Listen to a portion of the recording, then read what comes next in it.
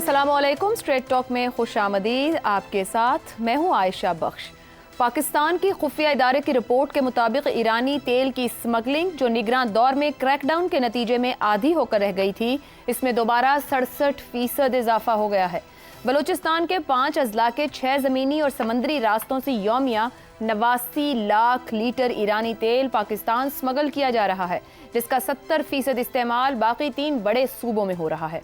Civil खुफिया इदारे की जानिब से 44 सफ़हात पर मबनी रिपोर्ट 4 अप्रैल को तैयार की गई है, जिसमें ईरानी तेल की स्मगलिंग में मुलव्विस बलोचिस्तान के कई मौजूदा अरकान असम्बली, साबिक सूबाई वुज़रा और सियासतदानों समेत 105 बड़े स्मगलरों, 4 सूबों के 100 करप्ट एहलकारों और ईरानी तेल की फरोख्त में मुलव्विस 533 गैर कानूनी और गैर लाइसेंस याफ्ता पेट्रोल पंप्स की निशानदही की गई है। पाकिस्तान में सालाना 2 अरब 80 करोड़ लीटर ईरानी तेल स्मगल होकर आ रहा है।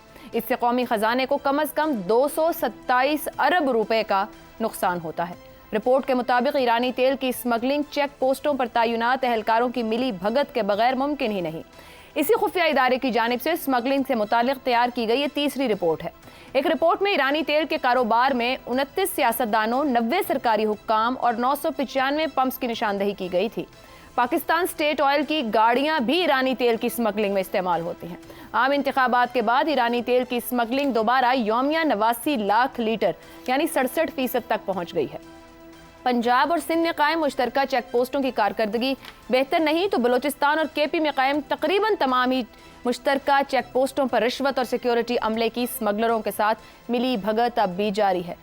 ताज़ा रिपोर्ट के मुताबिक इस वक्त रोजाना 1800 से 2000 ईरानी साख्ता गाड़ियां सरहद पार से पेट्रोल और डीजल की तरसील के लिए इस्तेमाल होती हैं।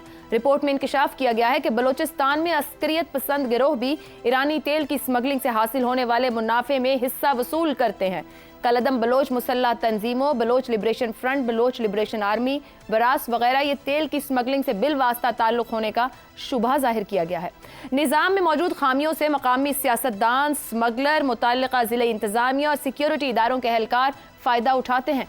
कई सियासतदान भी ईरानी तेल की स्मगलिंग में मुलव्वस हैं। इनमें कई साबिक वुज़रा और अहम सियासतदानों के भाई भी शामिल हैं। हसास इदारे ने इस बुराई की रोकथाम के लिए जिम्मेदार तमाम इदारों को अपनी अपनी सफ़ों में काली भेड़ों की शिनाख्त के लिए अंदरूनी निगरानी बढ़ाने, सख्त कवानीन मुतारिफ कराने और सजाएं बढ़ाने पर जोर दिया है।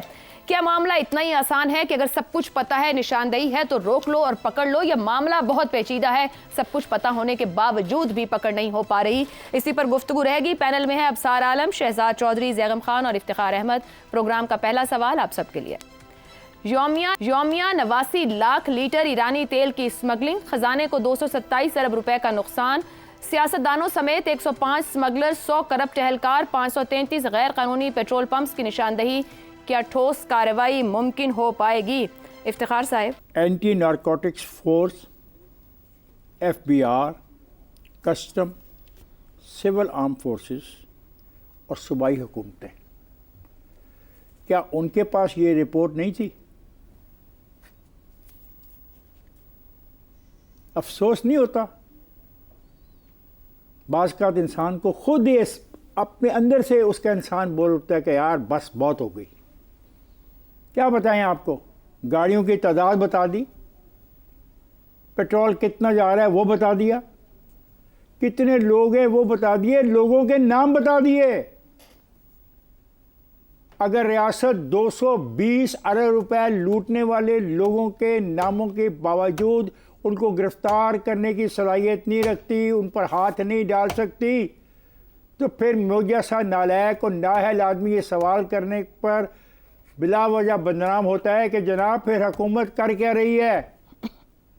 इदारे किस लिए हैं? क्या इदारे मुबैना तौर पे 220 अरब रुपए के हिस्सेदार हैं? इस रिपोर्ट से तो यही पता लगता है।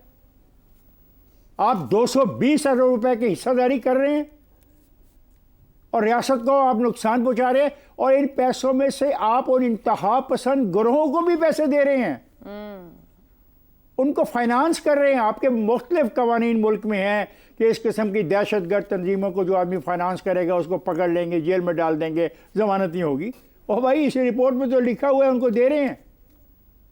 क्या जवाब पेश कर रहे हैं आप इस रिपोर्ट में कि कुछ इलाके ऐसे हैं जहाँ पे गुर्बत की बिना पे लोगों को इतनी तादाद है लोगों की, वो इतने फीसद है बलूचिस्तान का, तो उनको मजबूरन ये काम करना पड़ता है। क्या उनको रियासत कोई और अच्छा काम नहीं फराहम कर सकती? क्या रियासत की जो 20 किस्म के तरक्याती मनसूबे हैं और तरक्की चीज़ें हैं उनमें उनको शेयर नहीं दे सकती? मैंने इस रिपोर्ट के बाद मैं कैसे कह सकूं कि एक ऐसी रियासत में रहता हूं जहां पे इंसाफ हो सकता है? सर ये तीसरी रिपोर्ट है और निगरान हुकूमत ने कट डाउन किया, इसे नीचे लाए, नंबर को कम किया। अब देखिए ना, निगरान हुकूमत अगर कट डाउन करती है तो आज खुल गया, तो फिर ये क्या रौला क्या है? रौला सिर्फ ये है हम करप्शन को सपोर्ट करते हैं, करप्शन की हमायत करते हैं, लूट मार करने के आदी हो गए हैं। ये 220 अरब रुपया हमारे घरों में जा रहा है और अफसोस है मुझे कि नाम मौजूद हैं, नाम जी। ये बताया गया कितने टैंकर किस नौइयत के, टैंकरों की तादाद बताई गई है, मुल्क के गाड़ियों अंदर की तादाद बताई गई है, करते हैं इफ्तिखार साहब, गाड़ियों की तादाद बताई गई है, किस सूबे में कितने जाते हैं वो भी बताया गया है। तो मेरा ख्याल है कि हम चारों को मौका दे दें, मुझे आयशा को और ये हमारे और जो 3 पार्टिसिपेंट हैं, कि हम इन चीज़ों को काबू कर लें। हमें बख्तरबंद गाड़ियाँ वगैरह दे दीजिएगा ताकि हम इसको काबू कर लें और ये 220 अरब रुपया तो बचा लें। तो अब क्या ठोस कार्रवाई मुमकिन है? अब देखो मुझे अफसोस है, देखो मैं सख्त लफ्ज़ इस्तेमाल करने का आदी नहीं हूँ, मैंने कहा मुझे दुख है, अफसोस है, शर्म है। हुकूमत को भी दुख और अफसोस है, शायद शर्म भी हो। ठीक हो गया। नहीं, मेरा सवाल तो फिर ये है कि होगा, और फिर ये जो नौजवान हमारा वजीर है जिससे मुतल्लिका ये तमाम चीज़ें, उसके लिए चैलेंज है। बिल्कुल सही चैलेंज है।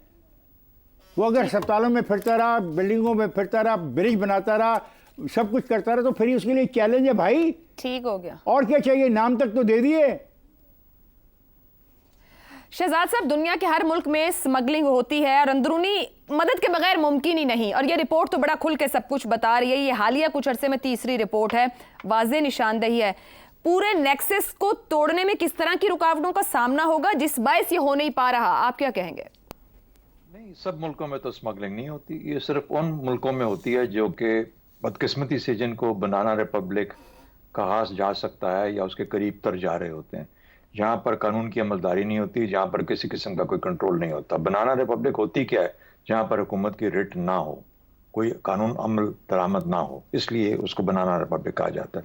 लेकिन देखिए, इन नंबर आपने 227 अरब का कहा, इसमें कुछ चंद नंबर और ऐड कर लेते हैं। गंदम के 360 अरब या 400, उसका जिक्र किया जा रहा है। उसके बाद जो स्टेट ओन्ड एंटरप्राइजेज हैं उसके 1100 अरब, जो कि सालाना की तादाद में इसको 700 से 1100 तक जाते हैं, कभी 1000, कभी 800, कभी कितने।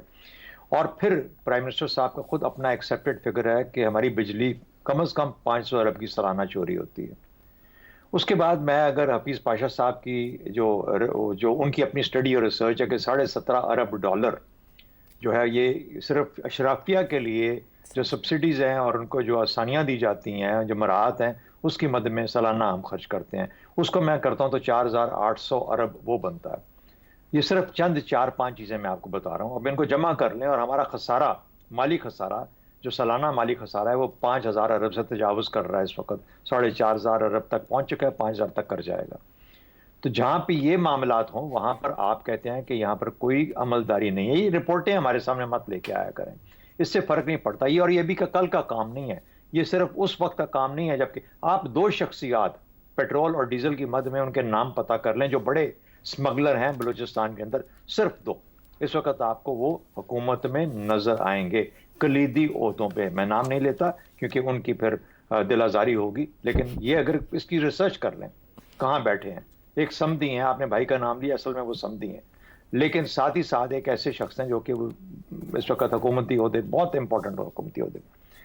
अच्छा, उसके बाद एक हमारा कल्चर है, डीएनए और कल्चर की बात हम बार बार इस प्रोग्राम में करते हैं। कल्चर है जो कि ट्राइबल और बॉर्डर इकोनॉमी के नाम पे है, जिसको कहते हैं ईजमेंट फैसिलिटेशन, ईजमेंट राइट्स। ये हक है कि आसानी की सहूलत पैदा करनी।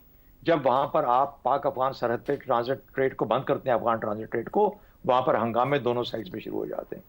आप अफोर्ड ही नहीं कर सकते ये हंगामे। इस किस्म की उसके अंदर नेशनलिस्टिक एक परवर आता है, एक नेशनलिस्टिक ज़ौक़ और जज्बा आता है कि आप घबरा के पीछे हट जाते हैं रियासत के तौर पे और कहते हैं कि इनको तंग मत करो, करने दो। बलूचिस्तान में जो ये पेट्रोल है या डीजल है, ये अभी नहीं आ रहा, कब से आ रहा है, कितने सालों से आ रहा है। हमें ये पता है कि हमारे यहाँ जब सिविल सर्विसेज का एग्जाम होता है तो उसके अंदर पहले किसी जमाने में फॉरेन ऑफिस नंबर 1 प्रायोरिटी होती थी, वो तब्दील हो गया। पहली जो पोजीशन, जो टॉप के स्टूडेंट जाते थे, जो टॉप के कैंडिडेट्स होते थे, वो पहले फॉरेन ऑफिस। अब उसके बाद क्या हुआ, कस्टम्स नंबर 1 आपका सिविल सर्विसेज का। उसके बाद अब चेंज होके पुलिस, इसके ऊपर भी लम्हाए फिक्री है।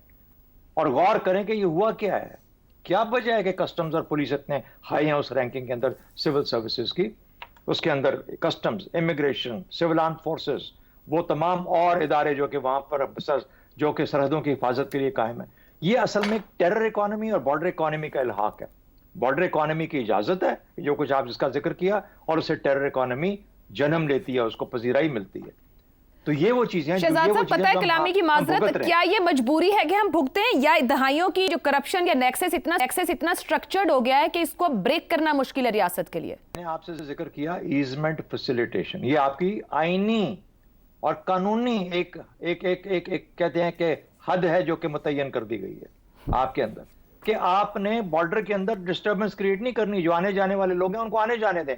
आपको पता है आपकी बड़ी बड़ी गाड़ियां, कल सार साहब कह रहे थे कि जो गाड़ियां बड़ी कहां से आती हैं, सब की सब मोस्ट ऑफ देम अनरजिस्टर्ड, इधर से सारी अफगानिस्तान के बॉर्डर से। और ऐसे ऐसे रास्ते हैं जहां पर आपको भी कोई किसी किस्म की फेंसिंग नहीं ना हो सकती है, ना की गई है। सबको पता है वो कौन से नवा पास कहा जाता है जगह को। एक रास्ता बता रहा हूँ अफगानिस्तान के पाकिस्तान। तो कहने की बात यह है कि ये सब चीजें पता है किसको, अगर हम जैसों को पता है तो जो हुकूमत में बैठे हैं उनको नहीं पता। बिल्कुल सही। लेकिन आपका सवाल, बुनियादी सवाल ये है, देखिए जहां पर आपकी जब पोस्टिंग हो, वहां पर इन पोस्टिंग्स के अंदर बॉर्डर पे पोस्टिंग हो गई और उसको सेलिब्रेट किया जाए। और इसके लिए ऊपर से लेकर नीचे तक हर इदारे के अंदर इस वक्त जो चीफ्स हैं, जो बैठे हैं लोग वहां पे, जो इस वक्त डीजीज हैं और फलाना, इन सब को खौफ आना चाहिए और शर्म करनी चाहिए कि अगर लोग सेलिब्रेट करते हैं अपनी इस पोस्टिंग को, तो फिर यार कुछ ना कुछ तो बहुत ही बुरा है इस रिपब्लिक के। दुरुस्त हो गया। अब सार साहब, बलोचिस्तान की आबादी 2 करोड़ 17 लाख है। 22 से 24 लाख लोगों की जिंदगी का इन्हिसार इसी स्मगलिंग और इस मामले के ऊपर है। इसका मतलब है 14 से 16% आबादी स्मगलिंग में मुलव्वस है। तो क्या वसाइल लूटे जा रहे हैं सूबे के, और फिर अवाम के साथ भी ज्यादती हो रही है? ये करप्शन, स्मगलिंग, क्या यही वे फॉरवर्ड है? इसका कोई ब्रेकअप करने का रियासत के पास तरीकाकार नजर आता है? रिपोर्ट तो सब कह रही है। शहजाद साहब ने बहुत अच्छी बातें की हैं, साथ उन्होंने एक बनाना रिपब्लिक की बात भी की है, तो मेरे लिए आसान हो गया थोड़ा सा बात करना आपके दोनों अल्फाज का सहारा लेके, अगर मैं कर सकूं। देखिए, सबसे पहला तो मेरा एतराज़ है कि आपने जब ये बात की है सवाल में, और आपने कहा सियासतदानों समेत इतने करप्ट एहलकार और इतने स्मगलर, ये जो मैं इस पे एतराज़ मेरा, आप प्लीज़ इस पे इंटरफेयर न कीजिएगा, मैं आप पे नहीं, हमारे एक वैसे ही मिजाज बन गया है कि गाली निकालनी है ना, 100 जुराइम हो रहे हैं तो हमने सियासतदान बीच में से अगर एक मिल गया, 10 मिल गया, नाम देते ना कितने सियासतदान हैं, 10 है, 15 है, 100 हैं। और फिर जो दूसरे अहलकार क्यों हैं, उनके ओहदे दें ना। उन्होंने तो जैसे शहजाद साहब ने कहा डीजीज जितने हैं, चीफ्स जितने हैं, और वो पोस्टिंग होने पे सेलिब्रेशन होती हैं, बताएं ना, उनके नाम दें ना, ओहदे उनके भी हम। लेकिन आसान है कि हम सियासतदान 10 हों, उसमें हो सकता है करप्ट हों, लेकिन हमने पूरी बरादरी को लिख दिया। अब सर रिपोर्ट में सियासतदानों के नाम दिए गए हैं असल में। छोड़ें बच्चे, बस रिपोर्ट बनाई सियासतदानों तो नहीं बनाई ना, अहलकारों ने बनाई है ना। वो जिन्होंने बनाई है वो भी हो सकता है वहाँ पोस्टिंग करके आए हों और दोबारा जाना भी चाह रहे हैं। छोड़ें इस बात को। मैं अब आखिरी, आपका आज वीकेंड शुरू हो रहा है, मैं वीक अच्छा गुजार गया हूँ आपका, अब मुझे गुजारने दें, मेरा मुंह ना खुलवाएं ज़्यादा। तो मुझे बहरहाल इस पर एतराज़ है, आपको सियासतदानों समेत आप करप्ट है, जो करप्ट है वो सियासतदान है, वो जज है, जर्नैल है, सहाफ़ी है, कोई है, वो करप्ट है, बस ख़त्म बात। उसका ओहदा, उसका पेशा नहीं लगाना चाहिए साथ। मेरी सिर्फ गुजारिश ये है जब ये काम हो रहा है। दूसरी बात देखें, बनाना रिपब्लिक हमारा मुल्क है, और लेकिन पिछले 76 साल से है, और अमेरिकी टर्म है ये, ओ हेनरी ने 1901 में दी थी। और बनाना रिपब्लिक ये थी कि अमेरिकी जो कॉरपोरेशंस हैं वो सेंट्रल अमेरिकन कंट्रीज़ पे कब्ज़ा जमा के वहाँ अपनी मर्ज़ी की हुकूमतें लगाती थी। वो मईशत जिसका एक क्रॉप और फॉरेन फंडिंग और कर्जे पे जिसकी डिपेंडेंस है, वो बनाना रिपब्लिक है। हमारे यहाँ बनाना रिपब्लिक ये है। और मैं आपको एक बात बताऊं, ये प्रॉब्लम इसी वजह से है कि हम बनाना रिपब्लिक हैं। हमने अमेरिकी कॉलोनी बनाया हुआ है इस मुल्क को। ये प्रॉब्लम हमारे सारे इस वजह से हैं और अमेरिकी कॉलोनी हमने 76 साल से बनाया हुआ है। बनाना रिपब्लिक बनाने वाले के पास डॉलर आते हैं और हमारे अवाम के हिस्से में गुर्बत, करप्शन और भूख नंग है। उस पे फिर हमारे दानिश्वर यहाँ बैठ के टीवी में कहते हैं हमें बख्तर बंद गाड़ियां दे दो, हम चढ़ाई कर देंगे। मतलब हर काम का हमारे पास, हर जुर्म का, हर मसले का इलाज है, चढ़ाई कर दो, ऑपरेशन कर दो। मेरे पास इख्तियार हो और ये रिपोर्ट है, मैं उठा के मुंह पे मारूं उसके कि ये ऑपरेशन के लिए तो ये काम नहीं होने वाला। ये मुझे बताए कितना अननेचुरल है कि बॉर्डर के इस तरफ 2 किलोमीटर के तरफ एक तेल की पैदावार हो रही है, 2 किलोमीटर इस तरफ उसकी जरूरत है, और हम अमेरिकी पिट्ठू ऐसे हैं वन आफ्टर द अदर। हम ये कानूनी तरीके से ये ट्रेड नहीं होने दे रहे, हम उसके पिट्ठू हैं। इसलिए इंडिया कर रहा है ना, इंडिया तो 76 साल से गुलाम नहीं रहा अमेरिका का।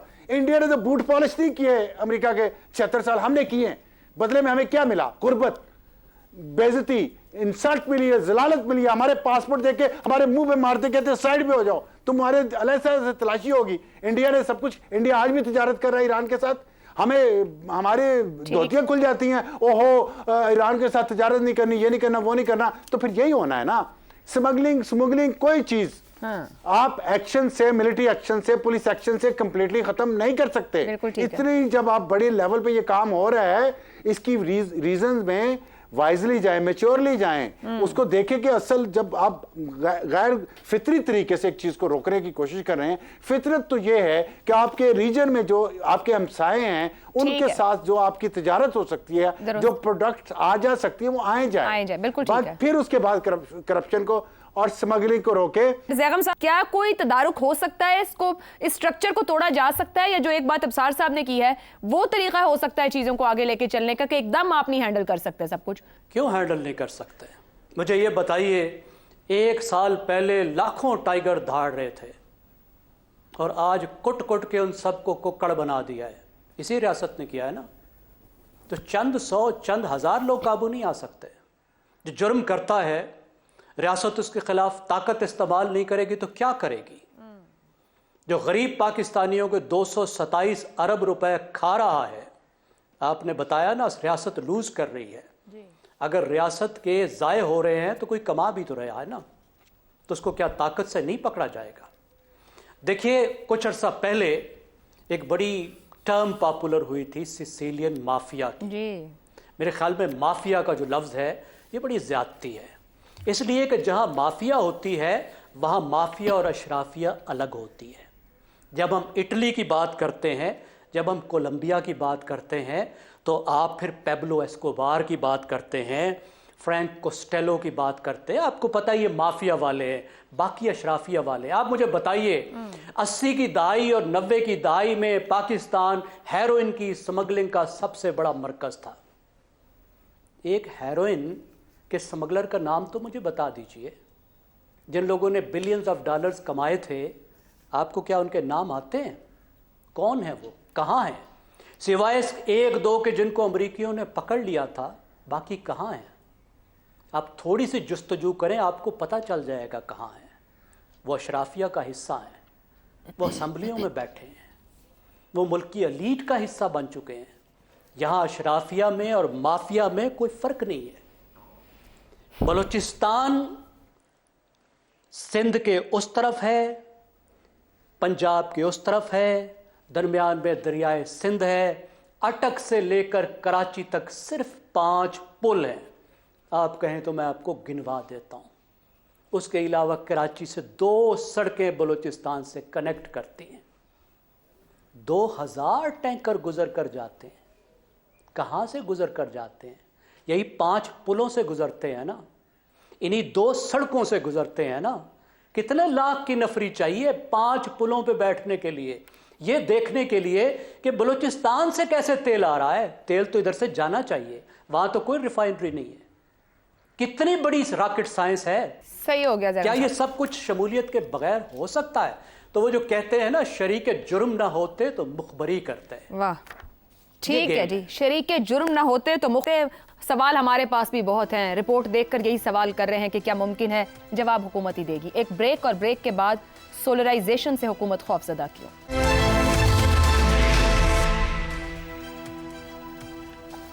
प्रोग्राम में आपको खुशामदीद कहेंगे। मारूफ कॉमेडियन और अदाकार उमर शरीफ मरहूम बरसों पहले अपने एक ड्रामे में हुकूमत को सूरज से हासिल होने वाली एनर्जी पर टैक्स लगाने का मशवरा दे रहे थे, मगर उस वक्त उमर शरीफ समेत किसी को नहीं पता था कि उनका ये मजाक में बोला गया जुमला आज की हुकूमत इंतहाई संजीदा ले लेगी। गुज़िश्ता हफ्ते ये खबर सामने आई कि हुकूमत की जानिब से सोलर पैनल सारिफीन पर टैक्स आयद किया जाएगा।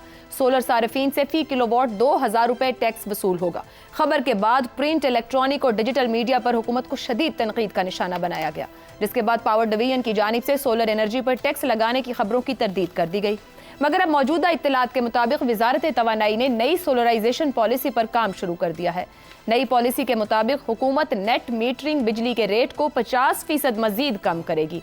बाय बैक बिजली के रेट को 22 रुपए से कम करके सिर्फ 11 रुपए फी यूनिट कर दिया जाएगा।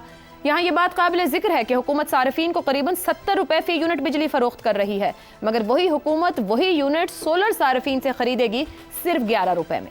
नई पॉलिसी की वजह से नेट मीटरिंग सारिफीन की सरमाए की रकम 3 की बजाय 5 साल में पूरी होगी। पॉलिसी की मंजूरी विफाकी काबीना से ली जाएगी। वजारत तवानाई के मुताबिक नेट मीटरिंग के बायस ऑन ग्रिड सारिफीन पर सालाना 110 अरब रुपए का बोझ पड़ता है। गुज़िश्ता एक साल में 60% इजाफे के बाद इस वक्त मुल्क में सोलर सारिफीन की तादाद 1.5 लाख है। इमरान खान के दौर में हुकूमत ने clean and green movement programme के तहत सोलर पैनल्स पर 17% टैक्स आयद किया था।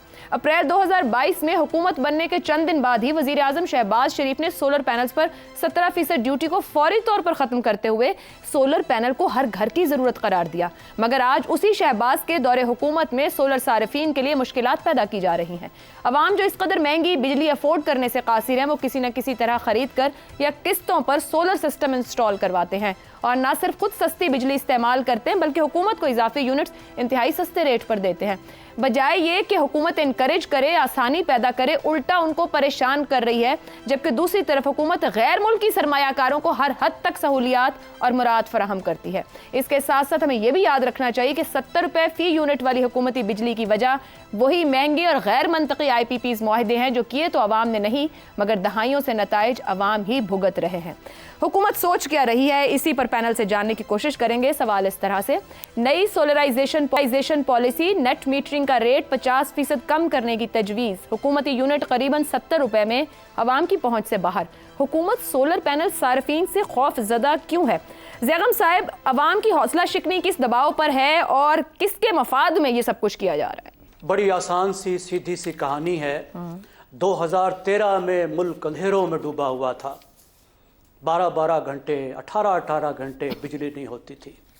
तो कायदे मोहतरम ने वादा किया कि मैं तुम्हारे घर रोशन करूंगा। तुम भूख से मर रहे हो, अब तुम्हें खिला खिला के मारूंगा। 25,000 मेगावाट की आपकी टोटल डिस्ट्रीब्यूशन कैपेसिटी है। कायदे मोहतरम ने 48,000 मेगावाट के वायदे कर लिए, प्लांट लगा दिए, 17,000 के पाइपलाइन में हैं। नतीजा क्या निकला है कि पिछले साल 1,400 अरब कैपेसिटी चार्जेस के, यानी उन बिजली घरों के किराए के हुकूमत ने देने थे, और ये हर साल इस तरीके से जमा हो रहे हैं। किस मुल्क में? जहां पे 150 सरकारी यूनिवर्सिटियों को 65 अरब रुपए देते हुए सरकार को दंदल पड़ते हैं, वहां जो बिजली घर लगा लिए गए हैं वो 1400 अरब रुपए साल में अपना किराया वसूल करते हैं, बगैर बिजली बनाए हुए बैठे बिठाए वसूल करते हैं। कितने बड़े अरस्तु हम पे हुक्मरान हैं। ये उन लोगों की बात करें जिनसे बेहतर इकानमी को कोई समझता नहीं है, जिनको लाया गया है कि इकानमी बड़ी खराब हो गई है, बादशाह जैसे पहले तुमने कारनामे किए थे, आके दोबारा कारनामे करो। दुनिया रिन्यूएबल्स की तरफ जा रही है। ठीक, भारत 81,000 मेगावाट प्रोड्यूस करता है सोलर से, पाकिस्तान सिर्फ 1200 करता है। लोगों ने अपनी जेब से सोलर लगाए हैं, इसलिए लगाए हैं कि अफोर्ड नहीं कर सकते, और जो सोलर लग जाता है वो हर साल कौमी दौलत को बचाता है।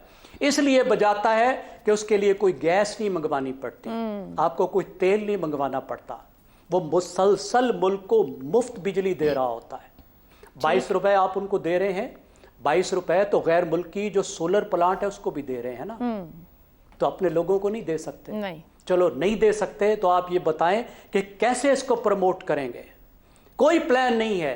3 साल से ज्यादा का टाइमर हमारे पॉलिसी मेकर्स की खोपड़ी में है ही नहीं। ठीक हो गया जी। जो 2 साल पहले सोचा, आज वो खत्म। जो आज सोच रहे हैं आगे 3 साल में वो कारामद नहीं होगा। अभी तो पता नहीं आज जो कर रहे हैं उनको कैसे हम भुगतेंगे। भी सवाल तो है कि सोच भी रहे हैं या नहीं। अफसार साहब, मई 2022 में पीडीएम हुकूमत जो भी मैंने बात भी की, उस वक्त 17% सेल्स टैक्स वजीर आजम ने खत्म करके कहा कि सोलर हर घर की जरूरत है और ज्यादा लोगों को इस तरफ जाना चाहिए, एनकरेज किया। आज वो कह रहे हैं कि इससे मसाइल पैदा हो रहे हैं। ये किस किस्म की पॉलिसी है जो खुद उनको भी समझ नहीं आ रही, ये जो अभी जैगम साहब ने बात की? और क्या 10 साल पहले ही नहीं हमें सोलर पर चले जाना चाहिए था जब ये आईपीपीज की भरमार कर दी यहाँ पर? देखिए, ये बात 10 साल पहले सोलर बहुत महंगा था। खैर वो थोड़ा बहुत तो जाना शुरू हो गए थे हम। और बात यह है कि यही तो पॉलिसी प्रॉब्लम्स हैं, यही तो इंस्टेबिलिटी किसको कहते हैं, political instability and economic instability, policy instability, यही तो है कि किसी इन्वेस्टर को, किसी भी कंज्यूमर को ये पता ही नहीं है कि मैं अगर आज सोलर लगवा लूँगा तो 2 महीने 4 महीने बाद क्या पॉलिसी होगी।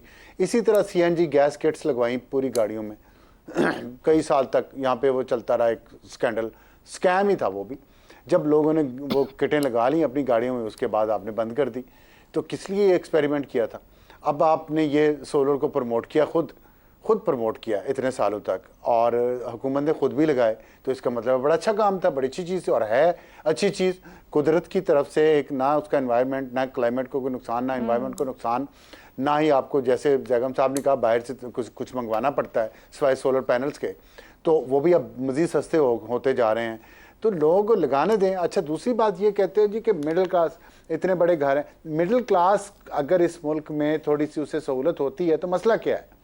हुकूमत को क्या मसला है इससे? आप इंडस्ट्रियलाइजेशन जो कर रहे हैं, इंडस्ट्रियल लेवल पे जो प्रोड्यूस कर रहे हैं, फैक्ट्रीज हैं, वो अपना लगा के अगर वो बेच रही हैं तो वो ठीक है, आप उन पे लगा लें अलग। लेकिन आम कंज्यूमर को, जिससे अपने, आप यकीन करें, मतलब मैं मिडिल क्लास हूँ, मैं पिछले कई सालों से इरादा कर रहा हूँ, मैं नहीं लगवा पाता, मेरे पास इतने पैसे नहीं बचते कि मैं सोलर लगवा लूँ। तो मैं, जिन्होंने लगवाए हुए हैं, उन्होंने पता नहीं किस तरह पैसे जमा करके, कमेटियां डाल के, कर्ज लेके लगवाए हैं कि ज़्यादा बिजली के बिलों से जान छूटे। तो आप उनके पीछे पड़ गए कि आप नेट मीटरिंग में पहले भी इन्होंने रद्दोबदल किया, अब फिर करना चाह रहे हैं। किस लिए? आम जो लोग हैं, इस मुल्क के शहरी हैं, जिन्होंने एक सॉल्यूशन निकाला, आपने पॉलिसी बनाई, उनको इनकरेज किया, उन्होंने उस पर अपनी इन्वेस्टमेंट की, अपने घरों को ख़राब किया, उसकी शो ख़राब की, और ताकि इसलिए कि उनके बिलों में थोड़ी बचत हो जाए। तो उस पर भी आप लेके अब अपना, ये करप्शन नहीं तो और क्या है? इंडिपेंडेंट पावर प्रोड्यूसर्स जो आपकी गलत पॉलिसी की वजह से, जिनको इतने पैसे देने पड़ रहे हैं हमें, साथ वो फर्नेस पे चलाते हैं, उस पर हम अलग अज़र मुबादला खर्च करते हैं, उनको मजीद बचाने के लिए। ठीक है, आप सोलर वालों के पीछे पड़ गए। बस एक ही बात समझ आती है कि अवाम की दोनों जेबों में हाथ है, हुकूमत की इसकी आदत हो गई है। देख लेते हैं, उसके बाद शहजाद साहब की राय इस पे जाने के।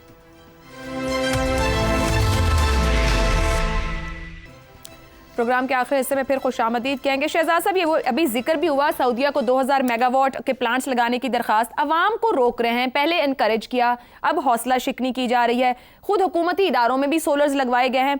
अवाम दुश्मन पॉलिसीज क्यों हैं? शुक्र है इसमें किसी डीजी का या चीफ का रोल नहीं है, लेकिन इस तरह करते हैं। देखिए बात ये, कायदे खुर्द ने, जब ये कायदे खुर्द कह रहा हूँ, जब उनका ये हुक्म आया कि टैक्स बड़ा ख़त्म कर दिया जाए, तो ये किसको फ़ायदा पहुँचाने के लिए टैक्स ख़त्म कर दिया गया था मुल्क के अंदर सोलर पैनल्स पे?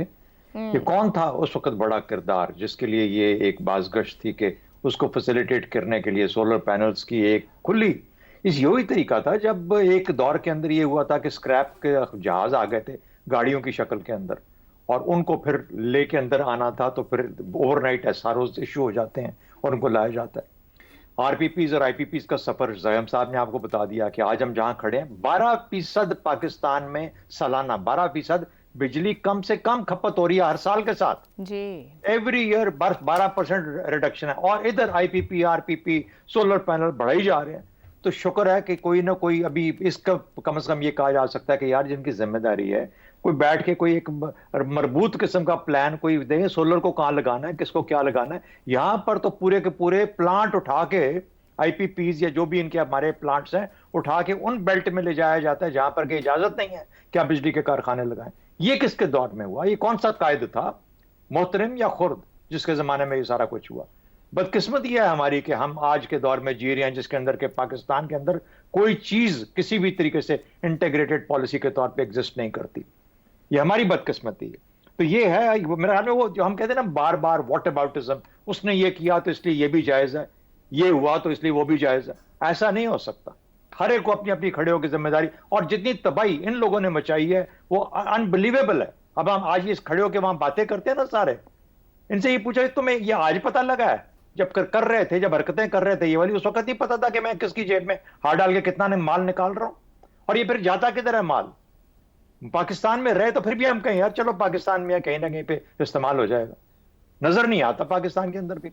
5,000 अरब इस वक्त आपको कहते हो कि हमारे ऊपर वो सर्कुलर डेट है, तो 5,000 अरब ही होना चाहिए ना इसके बाद, और क्या होगा? अब जो कुछ हो रहा है, जिस तरीके से आप इन्वेस्टर्स बुला रहे हैं, जो काम, अब कम से कम इसके अंदर कोई रब्त क्रिएट कर लो पॉलिसी के अंदर।